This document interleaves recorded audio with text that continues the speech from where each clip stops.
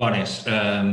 Basant-me en la meva experiència, que ja considero bastant llarga en el món educatiu i basant-me també en la sèrie de reflexions que he anat tinguent al llarg de tota la meva experiència com a professor, en el camp de la secundària, però també en altres camps, he decidit gravar una sèrie de vídeos on exposo les meves reflexions i les meves opinions sobre aquest camp.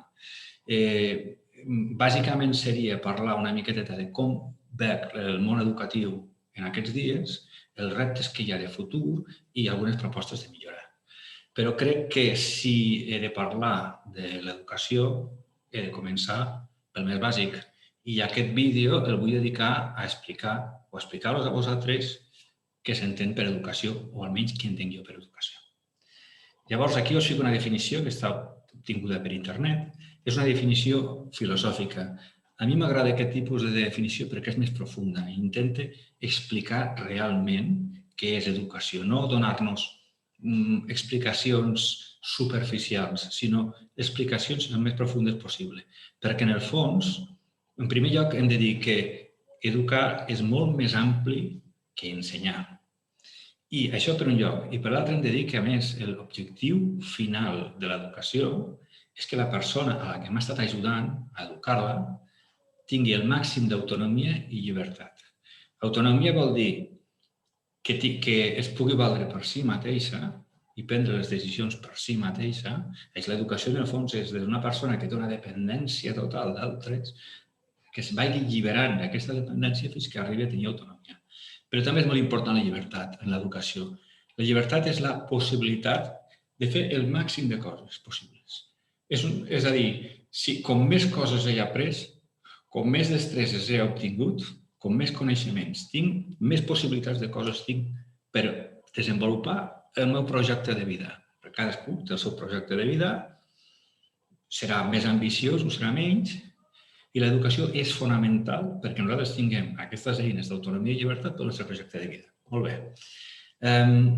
Eduquem a les persones perquè siguin el més lliures possible, com he dit abans, però la llibertat implica responsabilitat. Si una persona, per exemple, decideix estudiar i educar-se com a metge, en un futur tindrà la responsabilitat fonamental i molt important de cuidar la salut de les persones.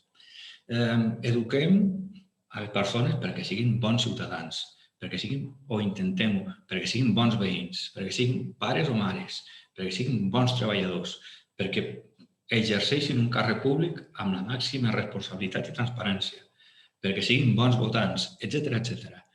Aquest és un dels objectius fonamentals per educar les persones i, evidentment, també perquè puguin ser felices, perquè és un dels projectes fonamentals de les persones.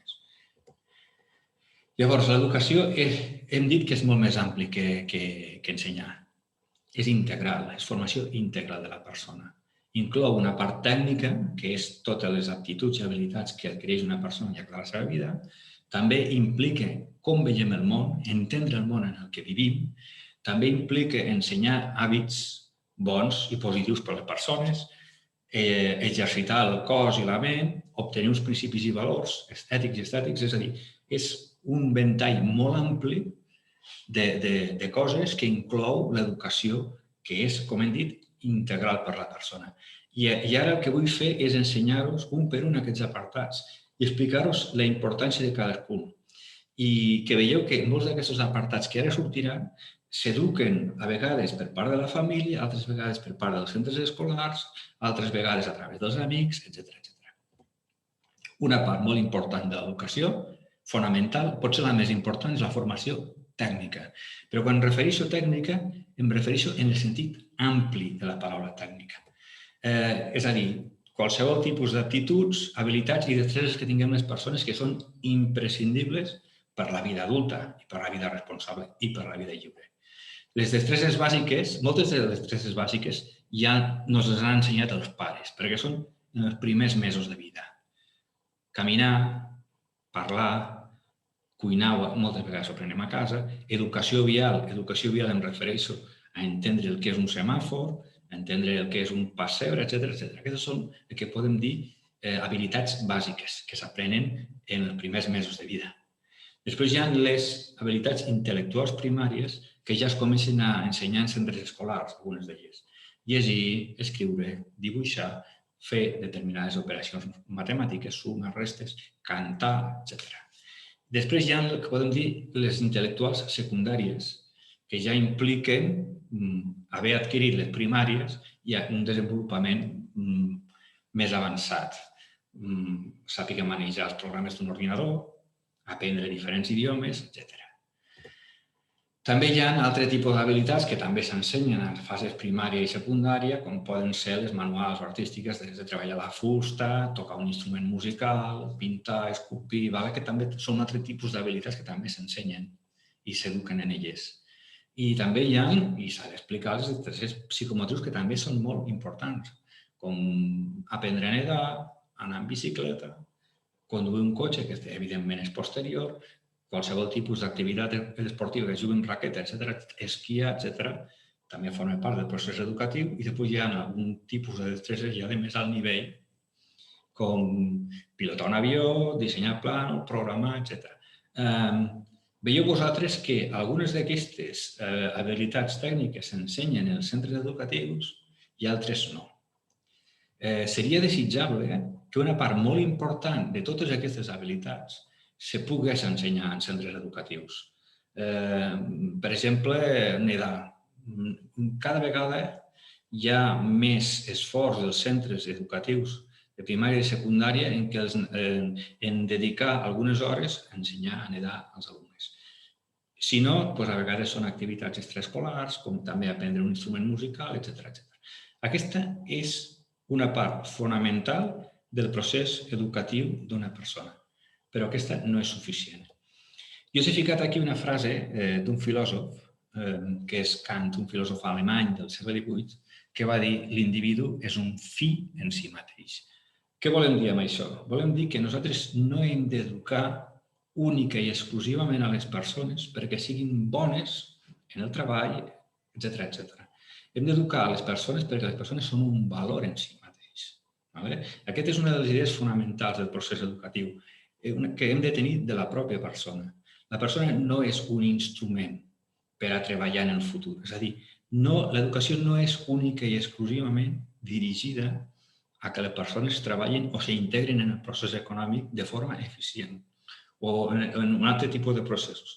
Les persones valen en si mateixes i aquest valor fa que l'educació sigui integral i inclogui no només les habilitats tècniques, sinó especialment, i ara el que anem, el coneixement del món. La formació en el coneixement. Hi ha gent que considera menys important aquesta formació.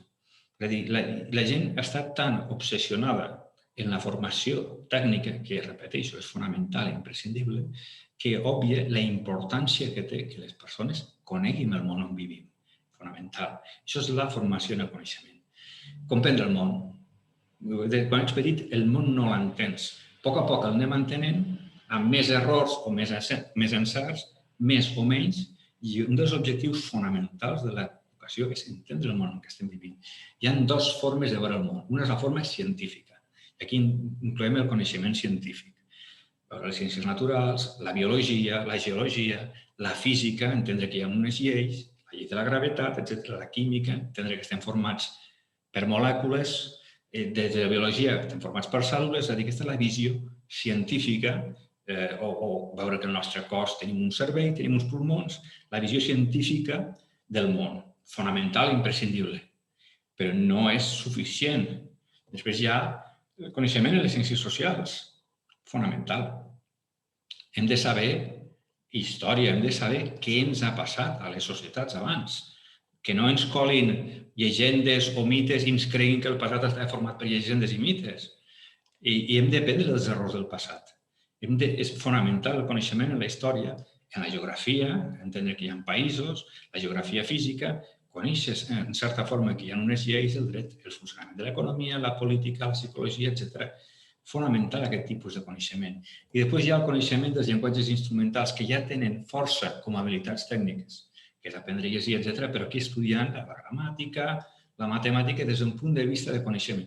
Potser no sigui tan important, perquè explicar el que és una síl·laba o el que fer anàlisis sintàctics són coneixements ja massa avançats, potser, i no són tan necessaris en les fases inicials, primària i secundària dels alumnes. Però la formació en el coneixement en cap forma s'ha de detestar, és fonamental i important. Ara estava veient que no he ficat filosofia, disculpeu-me. Un hagués ficat dintre del coneixement de les ciències socials, també hauríem d'incloure, evidentment, la filosofia. Seguim. Hem vist formació tècnica, formació en el coneixement, però, evidentment, l'educació és molt més que això. Exercici físic i mental i adquisició d'hàbits. Un altre apartat de l'educació, l'exercici físic. Hem d'educar les persones en treballar el seu cos, fent activitats esportives i altres tipus d'activitats, no tan fortes com pot ser el ioga, més relaxants, diguem. De fet, una de les principals inquietuds o crítiques, jo la tinc personalment, és que considero que els nens fan poc exercici físic als centres educatius oficials. Crec que s'hauria de fer més educació física. Si no dic una vegada cada dia, dels 5 dies de la setmana, 3-4 vegades com a mínim d'educació física al dia pels 3 o 4 vegades d'educació física a la setmana pels alumnes. Considero que és necessari exercitar el cos. Fonamental, també, per tenir-lo sa. A més, l'educació també implica que la persona que està rebent l'educació pugui adquirir uns hàbits. Hàbits de salut a l'hora de menjar, a l'hora de viure, a l'hora de fer qualsevol tipus d'activitat, hàbits de treball, adquirir disciplina. Els nens petits, evidentment, al començament no tenen disciplina pròpia. La disciplina ha de ser externa. I un dels principals objectius paral·lel a que els obtinguin l'autonomia és que es tinguin ells mateixos autodisciplina. Aquesta disciplina externa que li acabem ficant nosaltres, siguin ells mateixos capaços de ficar-se si volen tenir una disciplina. Disciplina per estudiar. M'estic referint a disciplina al fet de tenir un hàbit i ser capaç de seguir-lo. Avui en dia continua havent molta gent que et diu, i jo crec que en part tenen raó, que l'única forma d'obligar-se a fer alguna cosa és a través del treball, tenim fills, és a dir, no són capaços ells mateixos d'imposar-se obligacions, sinó que han de venir de fora per poder tenir una disciplina i tenir aquestes obligacions. El que hauria de ser millor és que les persones, nosaltres mateixos, poguéssim establir la nostra pròpia disciplina per dur a terme les coses. Fonamental és la ment. És a dir, també, el que és cert és que ja en les escoles se fan contínuament es treballen les matemàtiques, operacions intel·lectuals, lectura, etc., que fan la memòria, que fan contínuament treballar la ment. I aquí jo vull parlar especialment de, jo crec que és la part més important de la ment, podem discutir, que és la memòria. Em fa moltíssima por tots aquests discursos que van contra la memorització de continguts. A veure, és cert que és desitjable i sempre serà desitjable que els alumnes primer entenguin els continguts i si després els han de memoritzar, els memoritzin. I reconec que és fonamental la comprensió, però la memòria també ho és. Nosaltres, les persones, estem exercitant la memòria contínuament. Jo ara que estic parlant, estic exercitant la memòria. Estic portant les paraules que jo utilitzo per explicar venen de la memòria. Tota la nostra vida és una successió de fets que recordem que estan a la memòria, és a dir, la memòria és fonamental, no és una cosa secundària. Llavors, per treballar la memòria ens hem d'esforçar una miqueteta. I jo considero que és vàlid i és positiu fer als alumnes treballar la memòria, especialment en una societat en la que el coneixement s'obté de forma immediata. És a dir, que farà que la memòria la treballem cada vegada menys. És a dir, en una societat que està feta perquè la memòria cada vegada sigui menys necessària, nosaltres l'hem d'estar treballant perquè no quedi degradada, ni molt menys. Llavors, una de les activitats que jo considero fonamentals en les escoles i que no s'ha de... i que hi ha molta gent que sembla que s'està ficant en contra, però jo considero que és de lo millor és la memorització de dades que després seran necessàries, com per exemple conèixer les preposicions i les preposicions de memòria, conèixer alguns rius del món, conèixer els ossos del cos... És a dir, és un exercici de memòria, però al mateix temps és una activitat de coneixement. Jo no crec que sigui innecessària aquest tipus. Després hi ha una altra memòria fonamental, que és la memòria espacial, veure un mapa i saber quin tipus de mapa és, conèixer rutes, exercicis de recitació, de poesia, que poden semblar innecessaris, però que moltes de les persones que s'han aproximat a la poesia i han arribat a entendre ha estat precisament pel fet que els han obligat a memoritzar fragments de poesia, perquè han acabat fent aquella poesia seva, l'han anat recitant contínuament i hi ha hagut un moment que fins i tot han arribat a entendre pel fet de fer-la seva. Per tant, no és tan negatiu aprendre de memòria poesies, encara que sigui algunes estrofes. I probablement jo la part que considero que menys s'ha de treballar la memòria, però que tampoc està tan malament que es faci, és quan es memoritzen definicions senceres i bàsicament per després d'escriure-les en un examen. I després el mateix alumne moltes vegades diu ho he escrit a l'examen perquè m'ho sabia de memòria, no sé el que vol dir, i ja me n'he oblidat. Bé, aquest és el tipus de memòria que, evidentment, és menys efectiva i és menys necessària, però tot i així continua sent una forma de treballar la memòria. Jo entenc que, per ficar un exemple, la síl·laba és més important entendre què és la síl·laba que no aprendre's de memòria la definició de síl·laba. Però bé, si es fa, tampoc és que sigui dolent. És a dir, la memòria utilitzar-la tema espacial per a algunes dades i en recitació i en aprendre frases de memòria no tan important, però tampoc s'ha d'estar a aquest ús. Seguim. Aquesta frase molt coneguda, llatina, mens sana in corpore sano. La ment sana dins d'un cos sa. Les dues habilitats són fonamentals i s'han de treballar en els centres escolars i al llarg de la vida, el cos i la ment. Formació ètica i estètica. La formació ètica està avui en dia molt degradada. Hi ha una assignatura que es diu Ètica o Ciutadania, que crec que es fa a tercer d'ESO, que sembla una assignatura poc important.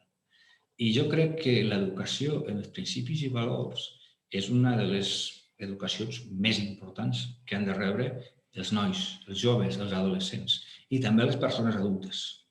Això és la formació ètica. Hi ha dos tipus d'ètica. L'ètica de la justícia és l'ètica del bé i el mal. És a dir, què està ben fet i què està mal fet. En una societat com la nostra, s'hauria de dir que és, o entenem que és tolerant, que admet una diversitat múltiple de valors, l'ètica de la justícia és bàsicament explicar quins són els drets que tenen les persones, els drets humans, els drets universals i els valors democràtics. Però, a més d'aquesta ètica, que jo aconsello que no s'expliqui com una disciplina acadèmica, és a dir, hi ha una tendència errònia per mi a explicar la ciutadania i l'ètica des d'un punt de vista com una assignatura més del currículum amb uns continguts. Crec que hauria de ser d'una forma més pràctica que s'expliqués això. I, de fet, el meu propòsit és fer un vídeo posterior en què jo explico quins crec que haurien de ser els millors mètodes per explicar l'ètica a les aules.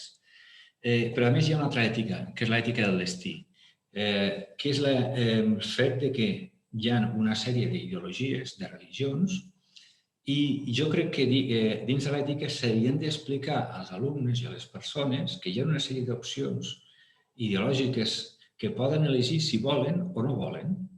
Per exemple, les opcions filosòfiques, l'existencialisme, l'epicureisme, l'estoïcisme, és a dir, la filosofia ens ofereix una sèrie d'ideologies per orientar les nostres vides, però després, a més, hi ha les religions. Jo crec que en l'assignatura d'ètica no s'han d'explicar des d'una òptica científica aquests projectes ideològics. Tampoc s'han de vendre com si intentessis guanyar adeptes. Senzillament se'ls han d'oferir aquestes oportunitats, aquestes formes de veure el món i d'entendre, i dient-los que són lliures d'elegir-les o de no elegir-les. Crec que aquesta seria una altra forma important d'explicar l'ètica.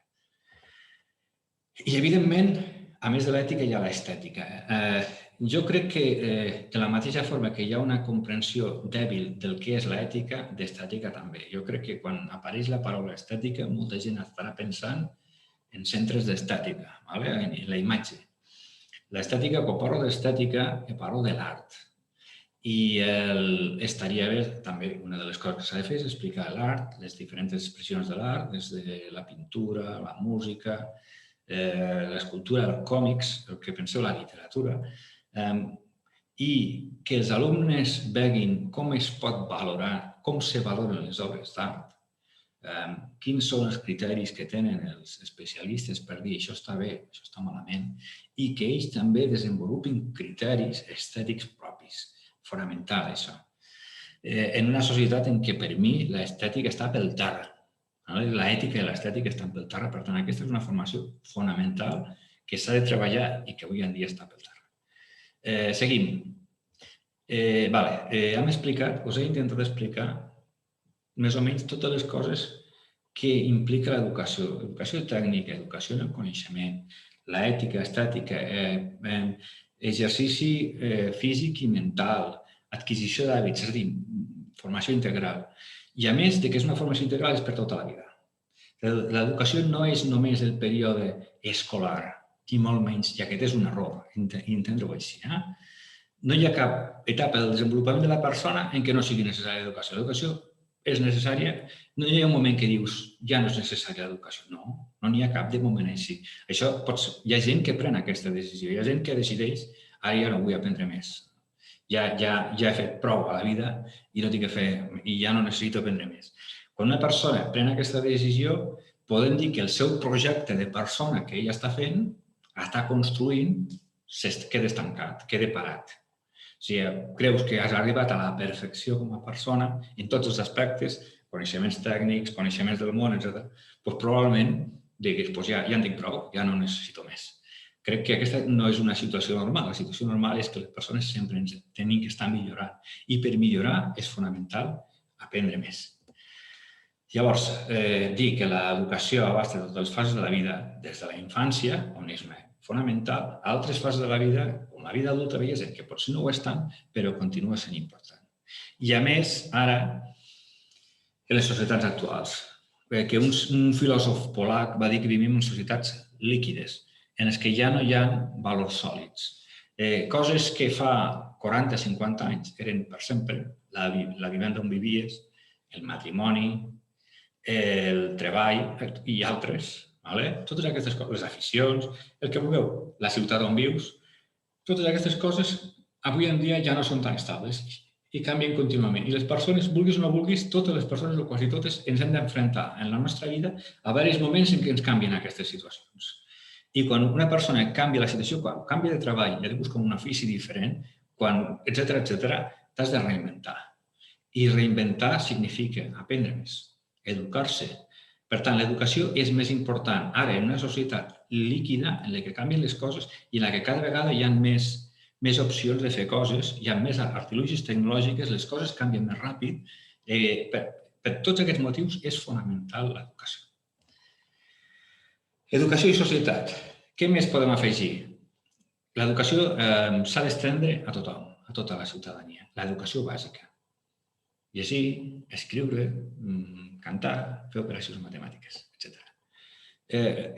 Jo crec que hi ha 3 pilars fonamentals, podem afegir la seguretat també, però la sanitat, la justícia i l'educació, que són imprescindibles per viure en una societat amb igualtat d'oportunitats. Si nosaltres l'educació no la fem pública i universal, què passarà? Si viquéssim en el món privat, hi hauria gent que ja només de naixement tindria millor educació que una altra, perquè els seus pares tenen més recursos que no els altres. I això ja és començar des del començament de forma desigual, sense les mateixes oportunitats. I jo crec, i tots creiem, que la justícia és un valor fonamental per a les nostres societats.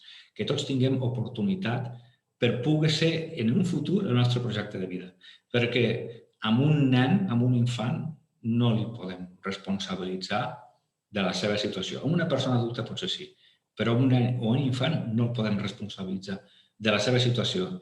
I nosaltres som responsables de que cada nen d'aquest món rebi l'educació justa. Seguim. Jo personalment detesto l'expressió educació obligatòria. Recordeu que a Espanya es diu ESO, educació secundària obligatòria. Detesto aquesta expressió. Crec que el millor seria dir educació universal. També, darrere d'això, estic afirmant que l'educació no tingui que ser obligatòria del tot. Això ho discutirem en altres moments, no és aquest el moment per parlar-ho, però jo crec que la paraula educació obligatòria es podia substituir per educació universal. Llavors, una altra constatació important. L'educació és un dret individual reconegut a la Constitució espanyola, no sé quin article és, 28, no recordo l'article, 27, 24, és igual. És un dret fonamental de les persones. Tots tenim dret a l'educació perquè volem una societat justa. Però també és un bé comú i això no s'ha d'oblidar. És a dir, no només és important que les persones satisfaguin el seu dret a l'educació, sinó que una societat, com millor educada estigui, progressarà millor i es podrà enfrontar millor els reptes del futur i ser més lliure. Per tant, l'educació és un bé de la societat també. No només un dret individual, és un bé de tots. La fem no només per satisfer el dret de cada un individual, ho fem perquè ens farà a les societats millors i avançar més. Agents educatius són tots qui estan implicats en l'educació i en l'educació estem implicats tots, tots els que participen en l'educació, tothom. I pensar que l'educació només és en els centres escolars o en els centres educatius és un error molt greu. La família ja des del començament és fonamental, els amics també ho són, els companys.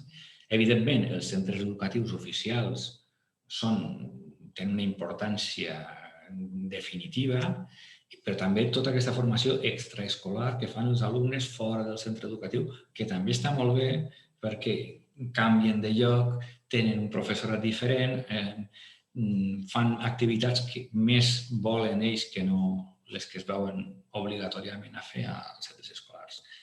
Evidentment, el món laboral és fonamental també perquè ja aprens un treball, aprens tècniques que desconeixies, també ens ensenyen i aprenem molt, bé o malament, a través dels mitjans de comunicació i informació i, evidentment, la mateixa persona és un agent educatiu d'ella mateixa, que és el que diem autodidacta, la capacitat que tenim les persones d'educar-nos a nosaltres mateixos, especialment quan han arribat a la vida adulta. Molt bé, això són els agents educatius i, bàsicament, l'explicació que tenia prevista per avui ja està. I l'únic que queda són les conclusions, dir que, com ja hem dit abans, que l'educació és un procés molt més ampli que ensenya que, des d'un punt de vista filosòfic, és que tinguem la màxima autonomia i llibertat de les persones per desenvolupar el nostre projecte de vida, que és formació integral, que hi ha la part tècnica, l'habilitats i destreses, que la part de conèixer el món, la part de fer activitats físiques i mentals, la part ètica, estètica, etc., que és per tota la vida, fonamental en els períodes inicials, però que pot arribar a la vellesa, que és necessària per tenir una societat més justa, que és un dret individual, però és un bé comú per tota la societat, i hi ha uns agents educatius, que són els que fan i es responsabilitzen de l'educació de les persones. Aquestes conclusions sobre el tema de l'educació, i acabo aquí ficant unes frases sobre la llibertat, considerant que la llibertat, que l'educació, l'objectiu de l'educació és la llibertat. La llibertat que és que les persones puguem fer el màxim de coses possibles, que tinguem el millor número d'eines per prendre decisions. I després d'afegir aquestes frases, només em queda res més que despedir-me. Llavors, adéu.